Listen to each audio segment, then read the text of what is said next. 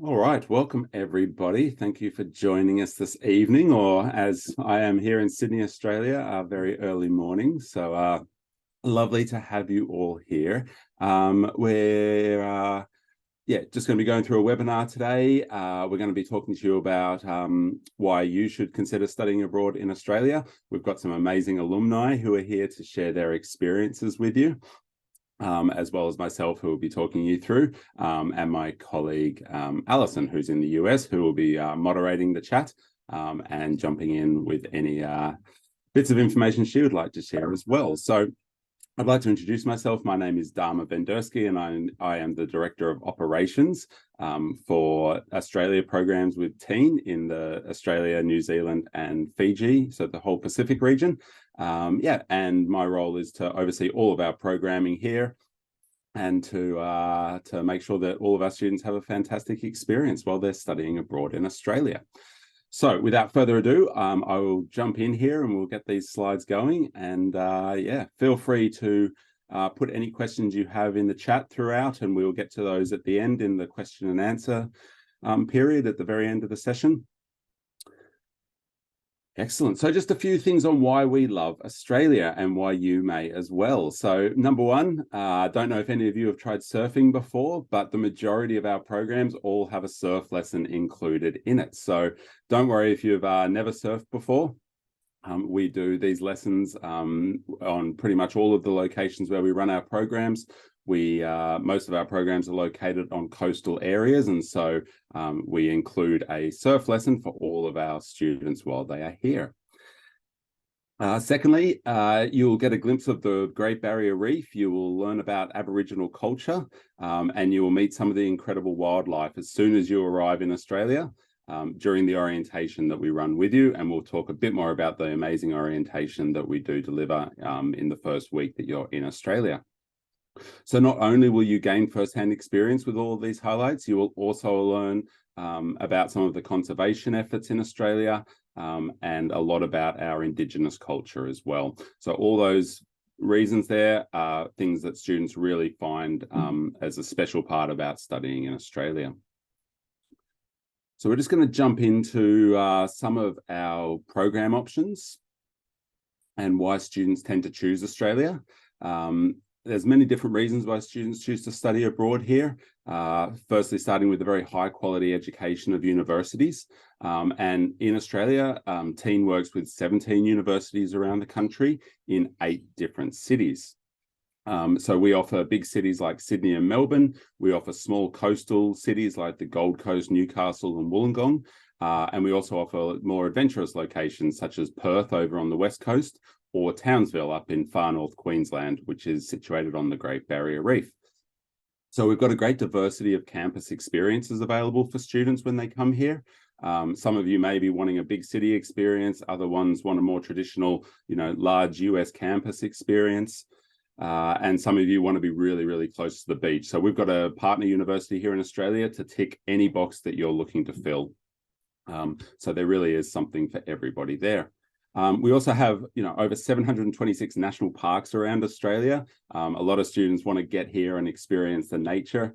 And so it's really easy to access some of these beautiful wildlife and wilderness areas, no matter which of our program locations you're studying in. So really, with so many partner universities here, no matter what you are hoping to study, we have a number of options to meet your course needs.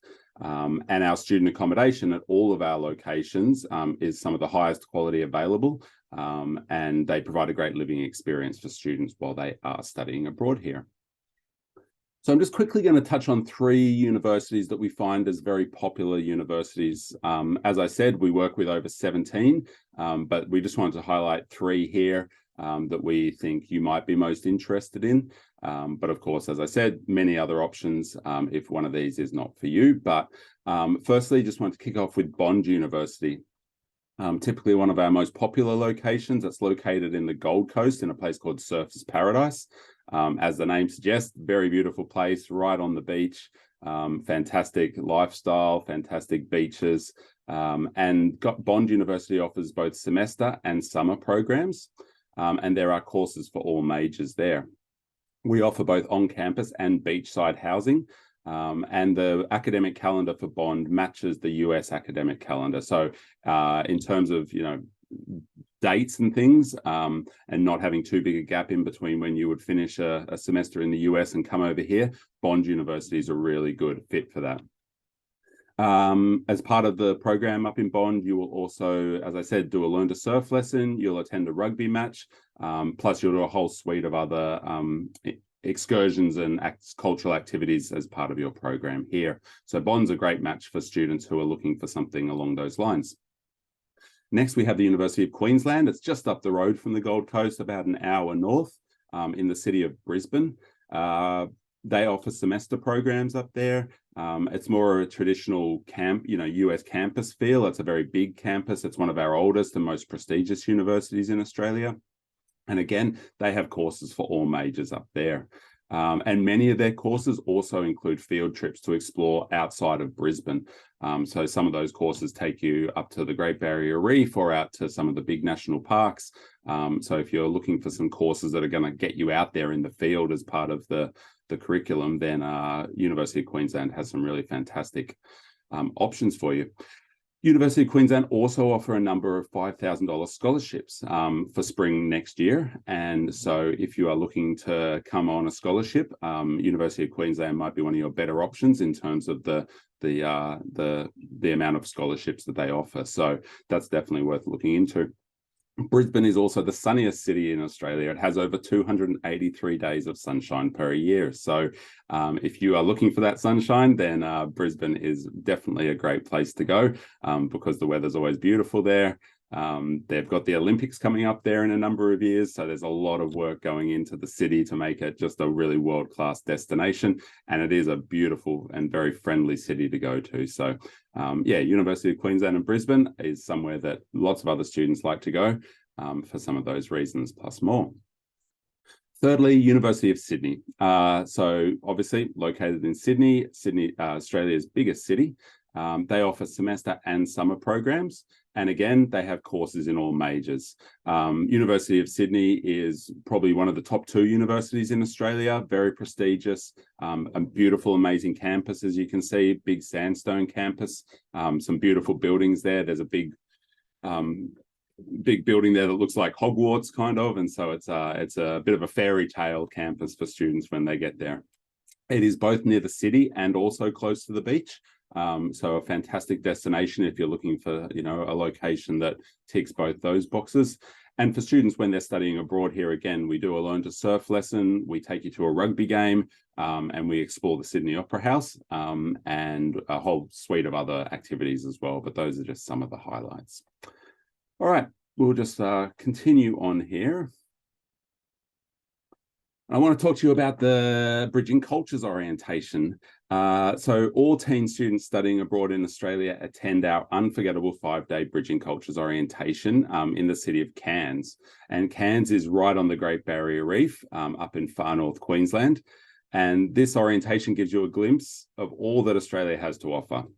So firstly, you arrive and we'll get you off the plane and meet you at the airport and transfer you to a 5-star resort up there. It's the best hotel in Cairns. From there, we will be spending a day snorkeling on the Great Barrier Reef. So if you want to get out there and experience this natural wonder of the world, it is the best way to do it. You can snorkel out there, you can scuba dive, you can do a helicopter flight over the reef. There's all these amazing things that you can do on that day. We also take you up to an amazing animal park where you'll get up close and personal to kangaroos and koalas. You go and see some big crocodiles and you get to meet, all the wildlife as well and get some selfies with them. So it's a really fun experience. You'll also get to experience a traditional Aboriginal welcome to country ceremony. And this is a really important part of the experience of being in Australia and acknowledging the traditional owners of the land here. And so that's a really special experience for most students to have that traditional welcome to country from the Aboriginal people. And yeah, we have a really fun few days up there. Typically, the highlight of most students' semesters is this first 5 days orientation. And I know some of our alumni will be talking about that when we get on to them later on in this presentation. So the majority of our programs and our students will go up to Cairns and do this orientation. Some of the programs, such as one that with a college we work with here called ICMS, unfortunately their academic calendar does not work along, it doesn't match the other calendars in Australia for the other universities. So for them, those students go just straight to Sydney, and they'll have an on-site orientation with Teen and both their host institution. My colleague Alison will be putting into the chat now a link to a video that I actually made at the start of this year at one of our orientations, and it gives you a really nice kind of snapshot and peek into what the orientation looks like from a student's perspective and all the fun things you get to do. So if you get a chance, at the end of this, please open that link and have a look at that little 3-minute video of the orientation to see some of the great things that you would be able to get up to while you were there. All right, next I just want to talk a little bit about the team here. So all along the way, from the minute you inquire about studying abroad with us to the minute you finish the program and return to the US, and even afterwards, you've got a great team of team staff along the way who are going to be there to help you and assist you, however much or however little you need. So it all starts with our team in the US, who's headed up by our Director of Enrollment Management. Her name is Kristen Jackson, and she has a fantastic team of program managers under her. Depending on which location you're going to, you'll be assigned one of those different program managers. Today we've got Alison on the call, but we've got a number of others as well. And so they really walk you through the whole process. They work with thousands of students a year to get them from their interest to being here in Australia with us. And they're just amazing at knowing lots of different things about all the locations and all the possible options you've got available to you. Once you get here into country, though, you've got a fantastic team of teen staff who are here to assist you and make sure your program is a memorable one, an exciting one, and above all, a safe and secure one. So I head up our team here, as I mentioned, but I've got around 11 staff around the country in each of the main cities where we run programs, and they are available to you 24/7 essentially, but their job is to work with all students to make sure they're having the best experience possible. So they'll be taking you, most of them will be up at orientation and meet you there. And then they'll be traveling with you to your host city, getting you settled into your accommodation, helping you get to your university orientation. And then they'll be running a series of activities with you throughout the semester to get you involved with the local culture here. And yeah, very friendly people, amazing staff who have dealt with so many students in the past. They're really knowledgeable, they're really engaging and really, really friendly. So we look forward to hopefully you guys coming and getting to meet them. All right, just a little bit about funding this experience. Obviously, you know, if you are an out-of-state student in the US, you may well find that studying abroad in Australia is actually cheaper than a semester back home for you if you're an out-of-state student. If you already use financial aid, please check with your financial aid office to see if you can use that to apply to study abroad. Many students do, but it is based on your institution's individual, rules around that. And if you currently use scholarships, you may also be able to take those scholarships with you to study abroad. So these are all things that you need to look into, but our program managers are happy to talk you through some of these options for you and how other students fund their study abroad experience. Again, as I mentioned, there are also scholarships available through both our partner universities in Australia. Teen also award over $1 million in scholarships per year. So that's definitely worth looking into, because only about 10% of our students actually apply for the scholarships that are available. So if you're willing to put in the effort to apply for these scholarships, you've got a really good chance of, being successful in being awarded them, just because not many students actually take up the opportunity to try and get them. So we definitely recommend, making use of these funding options that are available for you. And it's also worth checking with your home university to see if they've got any, study abroad scholarships that they might be able to give you. Alison is going to put into the chat just some links to scholarships and financial aid. So if you're interested in looking at those options, please open one of those links and have a read. And if you've got any questions, just get in touch with us.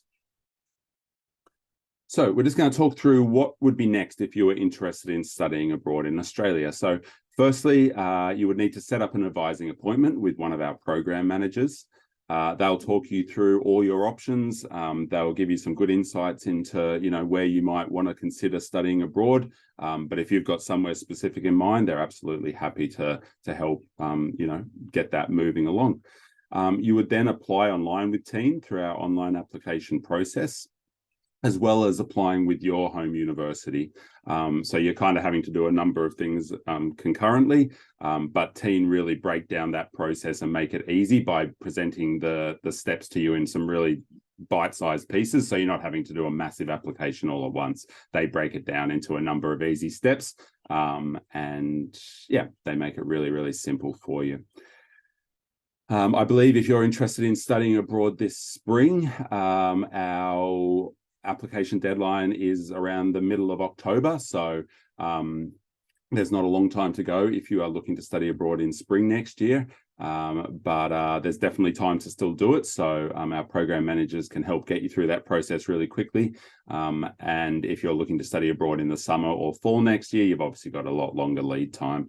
But it's always worth setting up an advising appointment with one of our program advisors as early as possible if you are considering seriously studying abroad. The earlier you apply, the longer you've got to get everything organized, which is better than rushing and trying to do it all quickly. Okay, so yeah, that's the next steps and an easy way to do it. So from here, we want to be able to engage you with some of our alumni who have studied abroad before. So if you'd like to talk to somebody who's been here and done it all before and maybe is able to give you their, unfiltered view of their experience, we are more than happy to connect you. We've got thousands of alumni all around the country, and we're able to link you up with them very, very easily and schedule a time for you to have a chat with them. So Alison's going to be putting a link again in the chat here, where if you click on that, you'll be able to set up an alumni engagement session. So that's definitely worth doing if you would like to speak to somebody directly about their study abroad experience. But that's almost half the reason why we're all here today, because we have a number of alumni on this call who we want to introduce you to, and we want to ask them some questions about their study abroad experience. If you would like to maybe introduce yourselves, please share your name, your home university, and where you studied abroad in Australia. So we might kick off with Alex. Alex, please let us know a little bit about yourself. Hi, I'm Alex. I am from Tampa, Florida at the University of South Florida. And I studied abroad this past spring at James Cook University in Townsville, Australia, and I loved it. Thank you so much. How about Taylor? Hi, everyone. My name's Taylor. I currently go to Clemson University in the States, and I studied at Bond University this past spring in the Gold Coast. Fantastic. Nice to have you here. And Sarah, how about yourself? I'm Sarah. I go to California Lutheran University, which is near Malibu in LA. And I study abroad at University of Sydney. Fantastic. Thank you much. Thank you very much, all of you. So we will just jump into some of these questions here. And if you've got any questions, please feel free to put them in the chat. Our moderator will be asking those at the end, as I said, in the question and answer section. But I've got a few pre-prepared questions that I would like to ask each of you today. So let's start with an easy one. Why did you choose to study abroad in Australia? And let's start with Alex. I chose to study abroad in Australia specifically because I fell in love with Townsville and the research university, and my favorite part was it's 30 minutes away from the Great Barrier Reef. I was always on the water, and that's my passion, and I loved how close I was. That's amazing. Yeah, it is a fantastic location for students who it's the #1 marine biology university in the world. And so for students who have any interest in the world of marine biology, Townsville is definitely the place to go, because you do have the Great Barrier Reef right on your doorstep. And so as far as locations to do your practical kind of classroom experiences, there is literally nowhere better in the entire world. So that's amazing. Taylor, how about yourself? Why did you choose to study abroad in Australia? I chose to study abroad in Australia because it was somewhere that I had always heard of, but I hadn't heard too much about it, and it just seemed so far away and like some kind of magical land. And I really love marine life and wildlife. And I was like, I just have to go there and go see the Great Barrier Reef, which is on my bucket list or was on my bucket list. But Yeah. it was just some place where I thought that, not many people get the chance to go there. And I wanted to be able to go there. Yeah, look, we're on there's almost as far away from where you live as it's possibly able to get to on an airplane before you start getting closer to home, coming around the other side. But yeah, it is a well worthwhile trip to be getting on that plane and flying for 14 hours plus to get here. And once you get here, we still all speak English, even though it's a slightly different dialect. But yeah, it's a very easy place to study abroad for students, and that's really a great reason. Sarah, how about yourself? What made you choose Australia? I decided to study abroad in Australia because Australia is like the #1 country to do exercise science, and that's my Mm. major here in the States. And University of Sydney has like one of the top programs in the whole world for exercise science. And they had also just redone their whole exercise science building, which was equipped with like a technology beyond my imagination. Like it was really cool. Wow. And then also I really love being in like tropical areas and being in the city. So being in Sydney was like my ideal location. I wish I could move there. Like it's so beautiful. Yeah, that's fantastic. And a lot of students do. I mean, every year we have students who go, you know what? I don't think I'm going home. I'm going to transfer my degree out here. So we get lots of students who decide to do that. But yeah, doesn't make the parents generally very happy when their son or daughter says we want to stay in Australia. But if you want to do that, it is possible. So look, even after you decided that you wanted to come here, studying abroad can obviously be a little daunting. There's lots to do, there's lots to plan for. So I just wanted to ask you guys, was there anything in particular that you were worried about before coming to Australia? And we might kick off with Sarah. I'd say probably the thing I was most nervous for was transitioning to a really big university because my university back home is like 4,000 people, and then University of Sydney is about like 75 undergraduate students. Not even, I think that's not even counting under or graduate students. Mm-hmm. And that was like a really big transition for me. So that was probably the thing I was most nervous about. Yeah. And were your concerns allayed once you got here? Did you manage to adjust to that different campus experience? Oh yeah, I think the way that they teach classes where like you have a lecture and then you break up into smaller groups for like I forget what they call it, a tutorial class. Yeah. Right. I think that that really helped where it made me feel like I was at a smaller university still, and I really liked that. Yeah, absolutely. How about yourself, Taylor? Anything you were concerned about, or anything that, any worries you had as part of the process to get here? I think I was most worried about school as well. Mm-hmm. Just I was nervous that it was going to be super different, but I think the fact that the university that I went to, Bond, had pretty much the same American schedule was really, really nice. So I wasn't coming in the middle of my normal semester, and the classes weren't all that different from normal classes here at home. So that was really nice, but that was something that I was definitely a little bit nervous about going in. Yeah, absolutely, and rightly so. And I think a lot of students, get here and those fears are quickly allayed. They see that the experience isn't too different. But I think where a lot of students do find difficulties throughout the semester, and you all may have found this as well, is in the different way that we do assessments here. So usually, I think in the US, you're used to having a lot of small assessments that add up to your total grade. Here in most of our courses here in Australia, you tend to have like 2, 3, maybe 4 assessments that all add up to your score. So each one is really, really important, and that can stress a lot of students out, because if you fail one, suddenly you're, feeling like there's a lot of pressure on you to really, achieve high scores in the others. But what we do is we prepare you really well for those differences by we talk to you before you depart the US about the academic differences that you'll expect. Once you get here, we do more in-depth conversation about what to expect. And then once you've started your classes, we run what's called an academic workshop for all of our students. And we typically do that 1 to 2 weeks into the semester.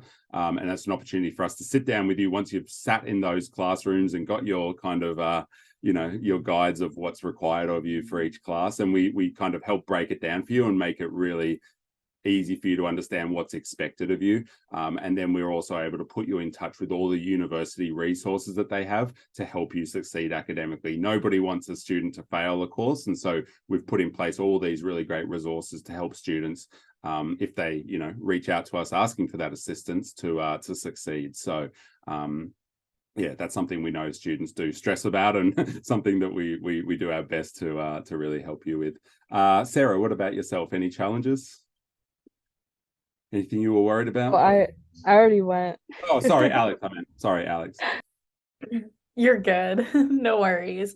My biggest concern personally was that I was the only student from my home university going anywhere in Australia, let alone James Cook University.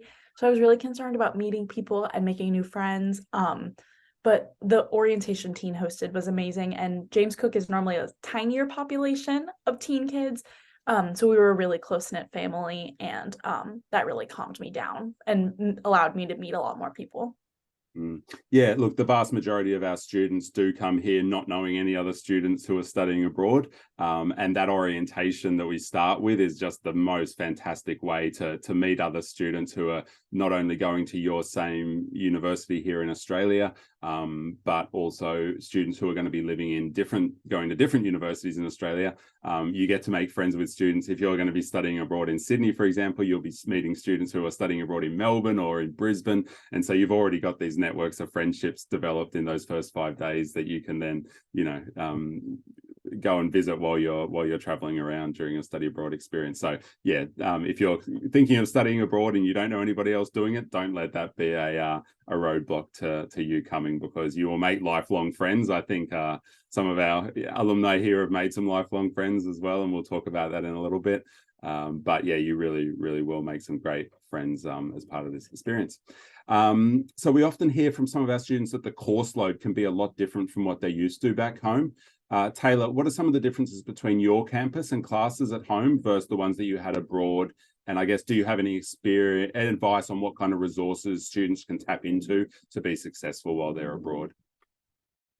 Yeah, so like you said, you normally have 3 or 4 assignments, which can be daunting at first, but I think it's really, really good because hopefully you're going to spend a lot of time while you're in Australia traveling.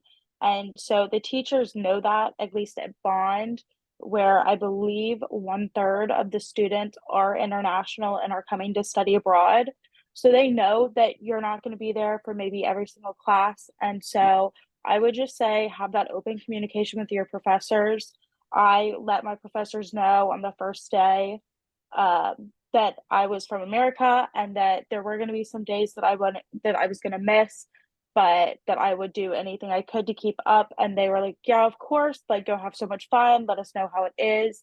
And so they're really cognizant of the fact that, yes, school is important and you are there to study, but you're also there and it's a once in a lifetime experience. And they want you to go and explore and go to different countries and go to different cities. So just have that open communication with them and they'll make sure that you're able to successfully get through the semester while also exploring a lot.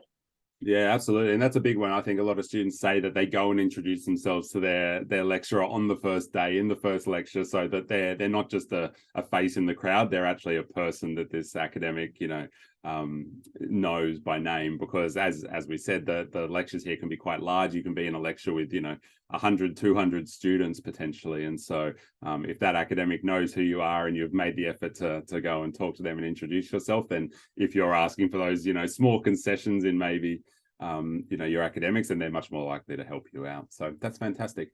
Alex, what were some of the differences between the labs that you had in Australia versus those that you had back home? All of my classes in Australia were actually really different than my home university ones. All of my classes were a mix of undergraduate students and master's students mixed into the same course. it was mostly just like the upper level, junior, senior level courses. And just like how Taylor was saying, I just found it extremely useful to just go and be extroverted and go introduce yourself to your professors and your lab TAs and make good lab partners and really just focus and have attention towards the classes that you're taking, because at least for me, I went to James Cook knowing it was a very like research intensive university. So I definitely would recommend someone be ready for it. Excellent. And did you guys make use of like the academic workshop that the resident directors were running for you? Not every student does, but it's there for students who think they're gonna, you know, want that assistance. Did any of you guys take advantage of that? I did go to it personally. Yeah. She's a very similar major to me. I had Amika as my resident director, and she's a master's of marine biology. So we very much got along in that way, and she was always very helpful towards the classes I was taking. That's great. Yeah. So speaking about our in-country team, what kind of support did you receive from them while you were abroad? And maybe we'll start with Sarah. So I ended up taking like the third hardest class that the University of Sydney had to offer, which I didn't realize until it was too late. So I struggled a lot to keep up with that class and like make sure I was staying on top of my marks and everything.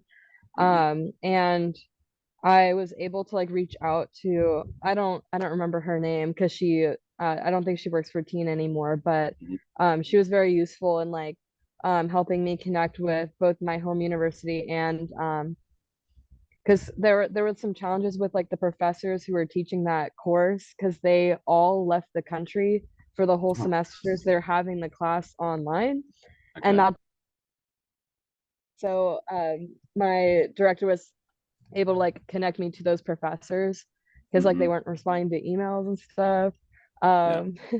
Just like a little bit of a you were part of difference. that. You were part of that post-COVID thing where they were still doing some things online, and a lot of that's finished now, and pretty much they're all in person now. So no, I don't think anyone else would go through what I went through. That was a like a one-time thing. I hope. Yeah. Taylor, did you engage with your resident director while you were on the program? I did, and I know that I'm biased, but I would say that I probably have the best one. I had Cole and Tiani, and they probably got annoyed at how much I was reaching out to them, but they were always so helpful. And when we wanted to go travel, we would text them and say, "Hey, like, where's a good place to go out to dinner in this city?" And they would immediately respond, and they would come check on us, take us out for coffee. And they were just very good at making sure that we felt like we had somebody to talk to if we needed somebody. And they were just great. Yeah, no, that's great. I mean, our team are fantastic, and a lot of them actually are US expats who now live here in Australia, and they either studied abroad here, fell in love with the country, or fell in love with an Australian and never returned home, or they've got some reason why they're living here in Australia now, and so they're very easily able to understand the experience that you guys are all going through because they've been there and done that themselves. And so they're able to really give you guys great advice and great tips about how to adjust to the cultural differences or some of the things that they know that you're going to want to know. So it's really great to hear that you had great experiences with your resident directors. Okay, so let's talk about making friends. This is a concern that we hear from many students each and every year. Sarah, how did you go about making friends, and were there any events or clubs on your campus that helped you to do this? Yeah, so I run for the track team at my home university, so I decided that I wanted to be able to keep up with that while I was in Australia. So I joined the club track team at University of Sydney, and I made like a ton of really good friends. I was the only person who wasn't Australian on the track team, so that was pretty cool.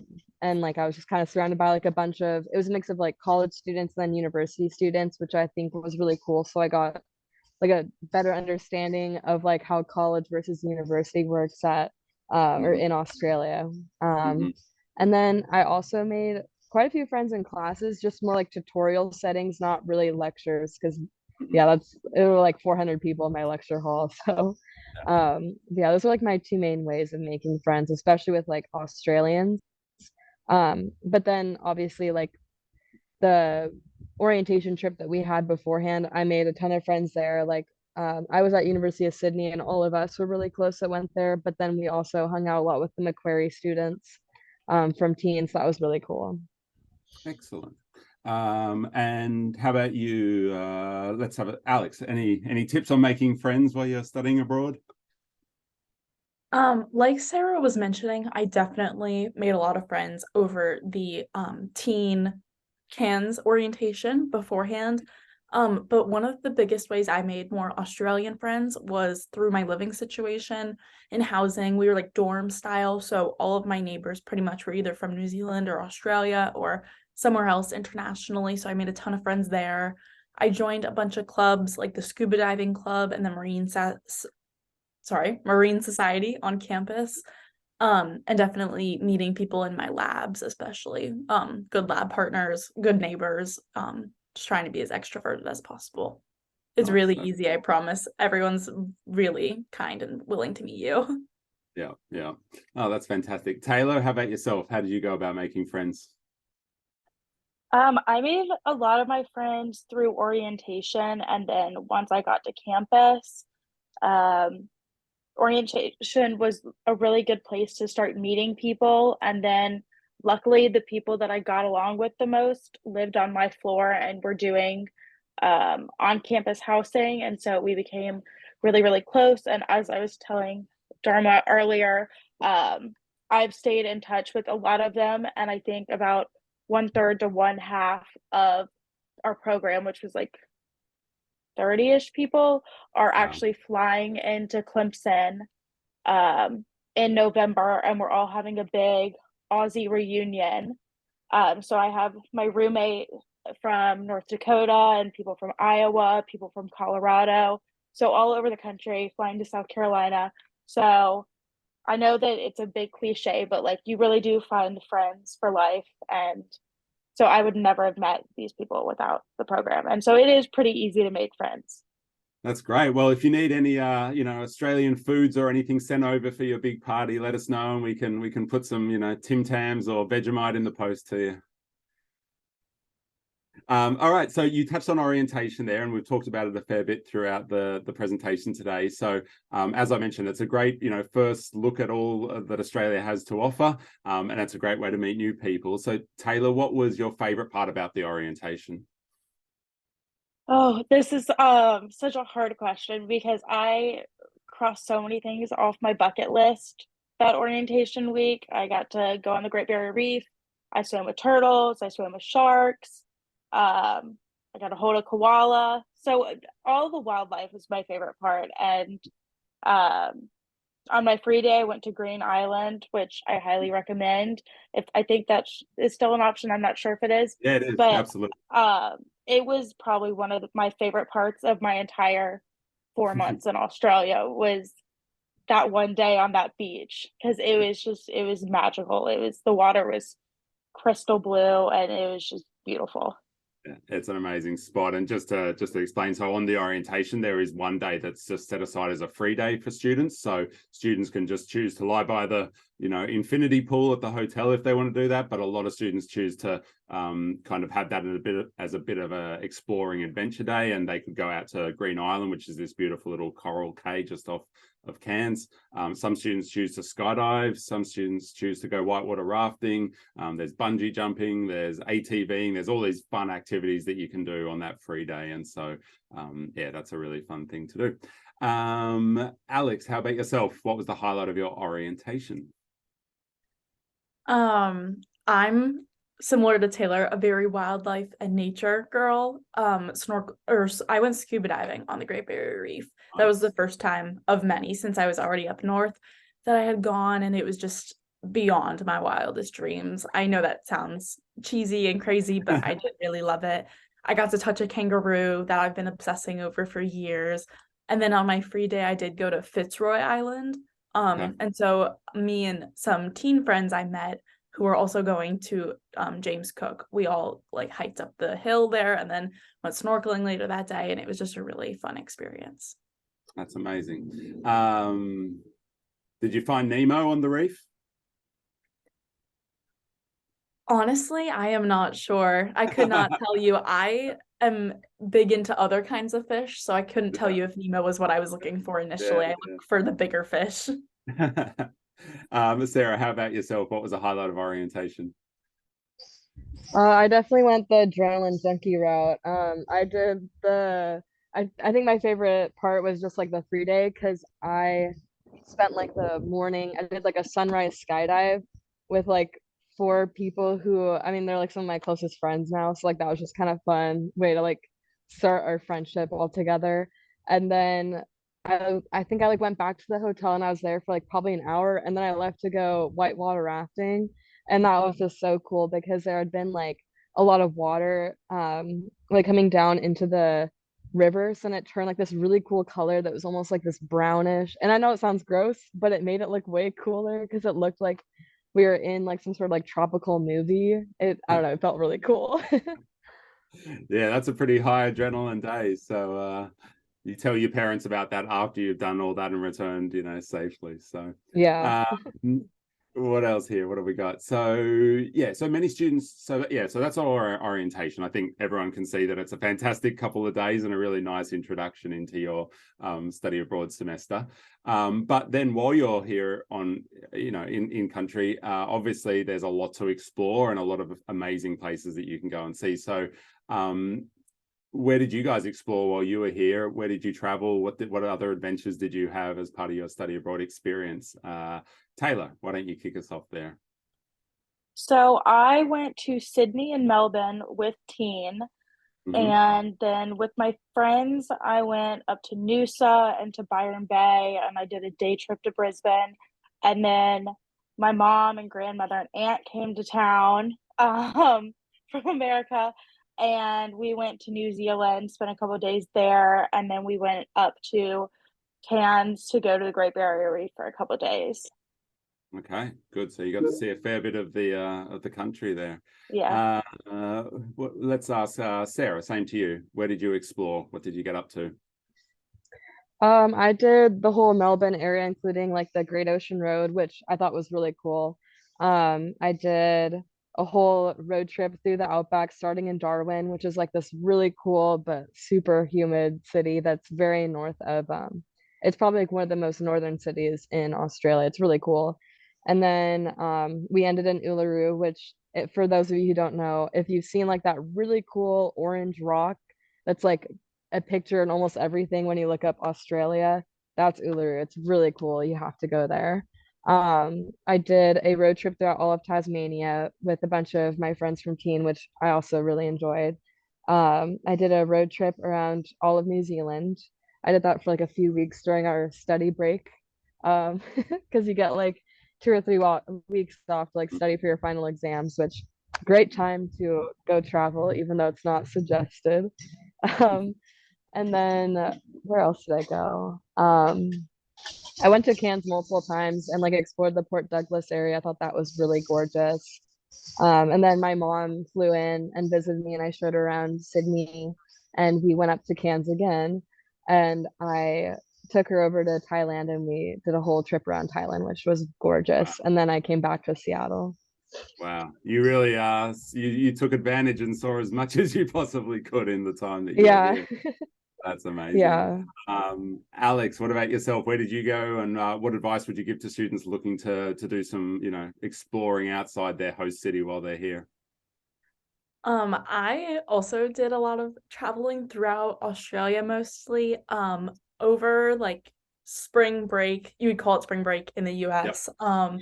It was Australia's lecture recess. I went with teen and I did the whole South Island of New Zealand, and I loved it. And I met people from like every university that teen offered, and it was just really amazing to meet all those new people. And then during the study break, right before final exams, just like Sarah did, I did a solo trip for the week, and I did the I like circled Tasmania, the entire island, by myself. And then at the end of the semester, with one or two other friends of mine, we just went down the coast. We did like the Daintree National Rainforest at other times. And we did Brisbane, Gold Coast, Byron Bay, Melbourne, Great Ocean Road. And then I spent 2 weeks solo in Sydney afterwards before I flew back to the US. And Nice. I loved it. My main tip is go do it. Yeah. Save money and please go travel. And did you guys organize all these trips before you got here, or did you kind of organize them once you got here and had made some friends and found some people to travel with? Alex, do you want to answer that? I was like, personally, sorry, I didn't want to cut someone else off. That's all right. The only thing I booked beforehand, because I just wanted it prepaid for, and I believe I had to, was my lecture recess trip with teen to go to New Zealand was the only thing I booked. When I flew into Australia, I did not even have a return flight home yet to the US. And so I kind of planned my return flight home around my traveling with friends. Friends would meet us, fly down to Melbourne if they just wanted to go there or whatnot. And we just kind of went from there. Good. Sarah, did you plan all your trips before or once you got here? I planned my trips pretty last minute. There were some flights that were bought about like a week before I went. So, I mean, I would suggest not doing that because then it gets a lot more expensive. But, it's good to be spontaneous as well sometimes, right? Yeah. Excellent. Oh, that's great. Well, it sounds like you guys really kind of got to see a whole bunch of the country, plus some other, countries nearby. As some of you have alluded to, Teen do also organise some optional kind of spring break trips, or some trips either before you get to Australia or after your semester, and they all depend on which program you're on and the timings. But we do offer some optional trips to New Zealand and to Fiji as well. So if students are interested in having some Fiji time, either before or after, some of our programs do include it, or do have available an optional trip that you can add on to your program as well. All right, so let's get into the important stuff though. Let's talk about packing. Taylor, what's one thing you wish you had brought with you, and what did you bring but not need while you were here? Oh goodness. I brought a lot of stuff that I didn't need. I know like you always hear take what you have and take half of it out, and you're like, oh whatever, like that's fine. I know how to pack. No, you don't. I thought I knew how to pack. I didn't. It came down to the last couple of days and we were trying to fill my suitcase, and my parents and I were like, throwing stuff out. So you really don't need as much as you think you do. And if you do, you can go buy it.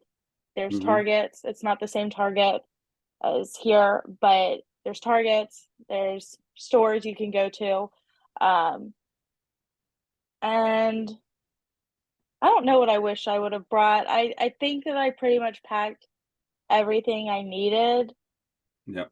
And more. I think it was more of I wish that I hadn't packed so much, because then when on the way back, you kind of don't have enough room for everything that you bought, and you need to buy another second suitcase. And yes, I had to do that, and that's not fun. So don't pack as much as you think you need to. Yeah, no, that's great. So for our other alumni here, we likely have some students who are still on the fence about applying. How far in advance did you apply, and what advice would you share about that process? Sarah, let's start with you on that. I had to apply through my school before I could apply through Teen. So they had a requirement that I had to apply to the school probably sometime in February to be able to go in the fall. So I had it all done sometime in January, and then basically the application for my school is very similar to the Teen application, which made it really easy because I could kind of just like reword things and like add on or take away stuff based on the questions. My suggestion would be to try to get it done as quickly as possible. The more you procrastinate, then like the less likely you are to actually finish it. I feel like this is one of those things where you just have to like get it done and then like have it out of your mind, because then like the longer you wait, the more stressful it'll be, And the more you'll start to like overthink your whole decision of like, do I really want to study abroad? Like, yes, you do, but like, you know, I feel like that gives you too much time to overthink it. Yeah. So just do it, huh? Yeah. Nice one. Alex, you knew that you wanted to go abroad without question. How soon did you apply and what was that process like for you? I did. I've mentioned to you before that I have been dying to go to Townsville, Australia, and James Cook since I was probably born. And so for this past spring semester to go abroad, I applied early October, finishing my application around middle October, maybe even earlier. Teen makes the application process really easy and breaks down everything, so it's really not overwhelming. I was more struggling a little bit with my home university, so a little bit of advice would just be really connect with your study abroad office. Make sure the financial aid department knows your name and knows that you're going abroad, and just use all the resources that Teen and your home university offers, because everything will just get broken down and it will end up being really easy. Yeah, no, that's great. All right, so going into the last question that I've got here for you all. Our team at Teen know that when you study abroad, it can be a life-changing experience. That's why we do what we do, because we love to provide those experiences to our students. So for each of you, what is that moment that you will never forget from your study abroad experience? If you can just kind of single out one, and that moment that made it all really worth the effort. So Taylor, how about yourself? Any life-changing moments? I would say probably when I was in Byron Bay, my roommate and I were the only ones who wanted to go snorkeling. And so we went out to, I don't remember what the rock is called, but it's like a well-known rock and it's far off and everybody's like, oh, there's great whites over there and whatever. And so I was like, oh, okay, great. But there was this one moment where there was a turtle that was swimming and I watched it swim up and take a breath and then come back down and I have it on my GoPro. And it was just, it was such a simple moment, but it was so beautiful and I'll never forget that moment. It was really special. Oh, that's fantastic. Yeah, that sounds very, very nice. Alex, how about yourself? Any kind of life defining moments for you? Made it all worthwhile? I definitely had a couple. Most of them happened during my teen trip to New Zealand. I went skydiving there. I just met so many amazing people. But honestly, one of my favorite parts, which is very similar to Taylor, it's just the simple things in life. I was, like I mentioned, solo traveling in Tasmania, and I just hiked up to this like outlook on top of this mountain, and it was just so breathtaking and gorgeous, and it really just stopped me in my tracks, and I never normally get stopped like that. And it just took my breath away of you just did that, and it was just such a life-changing moment of I can't believe I just did that. It was just so liberating and so amazing. Nice. Sarah, any thoughts on what was kind of the highlight for you?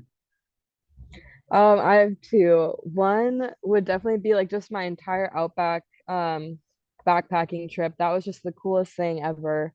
Um, I don't know, like there's just so many moments because we were like camping the whole way and we were always like driving to like the next spot and like trying to find all like these cool little like hot springs, and it was just like a very fun and exciting adventurous trip, everything I could have ever wanted and more.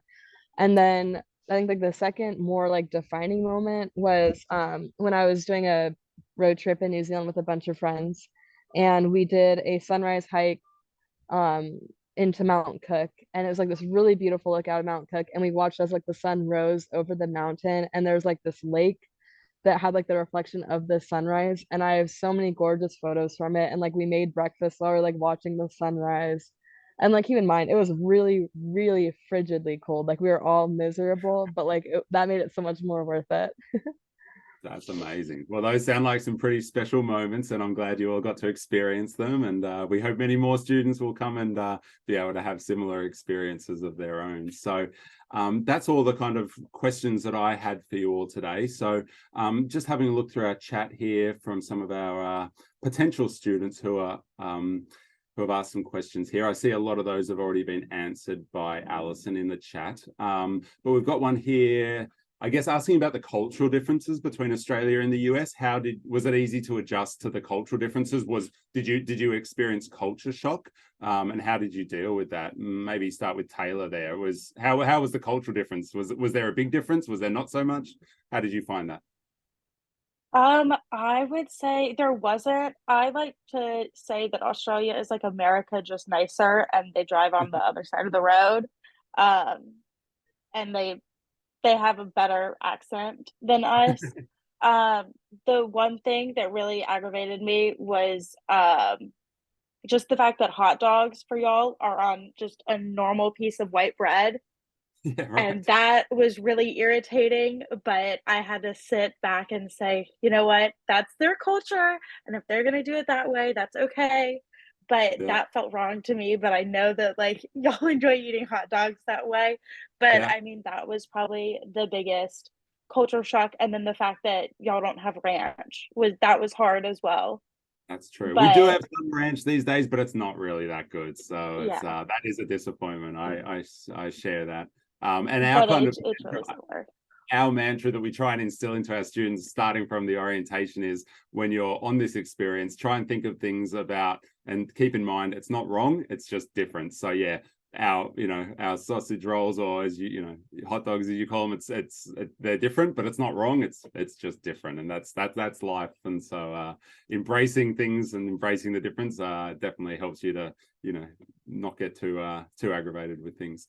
Alex, how about yourself? Any cultural things that really stood out for you, and were they easy to navigate? I feel like it was really easy to navigate. One of the biggest things for me, just because I've never grown up in a big city and I've always had a car, was learning the public transportation system was Mm-hmm. really new to me, but it was a very like independent, like adulting moment that I feel like everyone should be learning. I was laughing when Taylor mentioned the like sausages on toast, like white bread toast, because that struck the same nerve with me. I always loved how unique and different everything was, and I was so ready to learn all of it, but that definitely was something where I was like, this is a little odd. I'm here for it, but it's a little odd. So the line in the sand that you guys draw is around hot dogs, right? It's like, I can deal with everything else, but I cannot deal with this hot dog difference. It That's was awesome. just very funny to me. Sarah, yourself, any cultural differences, anything you struggled with or were able to navigate? I actually felt like I had like a really big, well, not like really big culture shock, but I felt like it was very different for me. Um, where like I was living in the city of Sydney, so like a lot of it was just like public transportation was so nice and so amazing, and I could get anywhere I wanted. Like I was always taking the bus to do my homework on like Bondi Beach or like Coogee Beach. Um, I would go on like so many solo adventures, and like that's something I could never do around here if I didn't have a car. So like that was a really big thing, was just being able to get anywhere I wanted to, even like national parks I could get to by taking a bus or like a ferry. I thought that was the coolest thing ever. And then I had a job while I was in Australia, and the work culture is very different. It was a lot more laid back. I had a lot more freedom in my schedule, where, normally here I feel like there's a lot of issues with the managers giving you a bad schedule or scheduling you when they're not supposed to. And I never experienced that there, which I loved. Um, and everything was just in general a lot more laid back. Like class was a lot more laid back. Everything was kind of more like self-paced. I really liked that. But it was definitely a really big culture moment where I had to like adjust how I normally am to like everyone else. Yeah, no, that's absolutely true. And did you find it weird that you don't tip anybody here? Um, Not really, just because it was very nice. Yeah. But like when you have like the final bill, like that's it. You don't have to worry about like, oh, there's probably gonna be $20 more on this bill. Oh, But as someone who was working as like a waitress, I was also fine with it because I got paid $20 an hour, and here I get paid like 15, so it was a yeah. lot better. Yeah. The minimum wage here is pretty good, and students can study on their student visa. They can study up to 20. They can work, sorry, up to 20 hours per week. So it's definitely a great way to make a little bit of extra money to then use for some travel or just to help pay for the whole experience. And it's a fantastic way to meet people as well. You're obviously, if you're, you know, work as if you're a server or working in a bar or something like that, you're gonna meet other Australian staff. You're gonna meet lots of customers, and a really great way to kind of have a bit of a different experience from just the study. All right. Just in terms of the language, anything you guys struggled with in terms of the Australian language and the words we used? Is there any words that you guys have taken back home and tried to you know, put into your everyday life back there? How was the accent and the language for you all? Alex, how about you? Personally, I loved the accent. Whether or not I needed it, I would ask people to repeat what they were saying just because I love listening to people talk. There's definitely a lot of words that I have pulled where I'm like, I want this in my life. Whether it being like Macca's for McDonald's or Brekkie or Servo being a gas station. I definitely still try to utilize a lot of those words. Nice. I feel like in the first week or two, for most people, it was an adjustment of me having to be like, sorry, what is that? But honestly, within a month, you catch on. And I started like using the same words they use much faster than I ever expected to. Yeah. Oh, that's great. Taylor, yourself, any words that you picked up or anything that you found very confusing? I wouldn't say that, or well, in the beginning, everything was confusing, but Cole during orientation week made like a dictionary for us, which was really, really helpful. And he put together all these words that like brekkie means breakfast and arvo is afternoon. But after a while, you just kind of stop realizing that anybody else has an accent. And so I would like have to catch myself talking to somebody like in the middle of the semester being like, is this person an American or are they Australian? I had to like actually listen. So that was quite different because like right now I can obviously tell that you're Australian, but when you're surrounded by so many Australians, you kind of just like forget that it's even happening. Nice. Well, that's great. Look, I think thank you so much. It's been really nice to chat with you all, and I hope that some of the, you know, insight that you've been able to give as a student who's lived and breathed this experience has been useful for these other students who are thinking about having this experience. So yes, I think that's all the questions we have. If any of our potential students here today have any other further questions, please feel free to reach out to us. We've given you all the links there on how to do that, how to set up an advising session, how to engage with other alumni if you want to. So we've got alumni all around the country. So we've probably got one that you could, you know, meet up with who's close to where you live and study.